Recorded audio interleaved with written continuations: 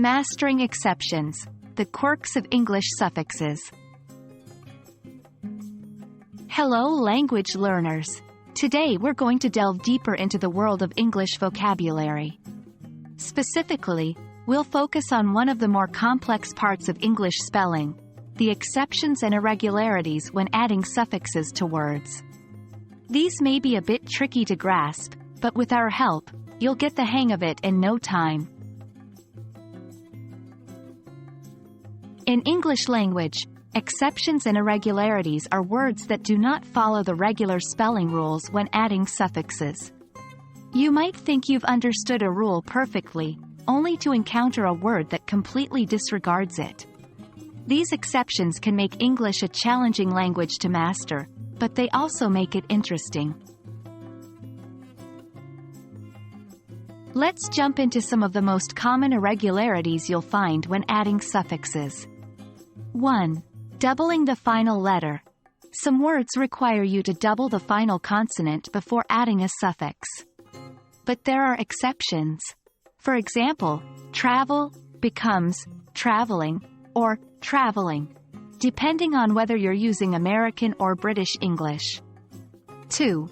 Changing Y to I.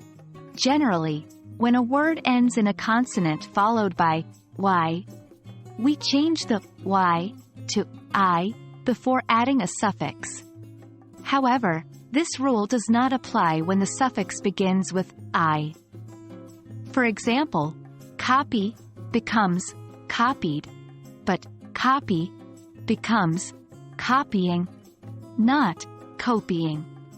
3. Silent E. We usually drop the silent E at the end of a word before adding a suffix that starts with a vowel. But there are exceptions. For instance, notice becomes noticeable, not noticeable.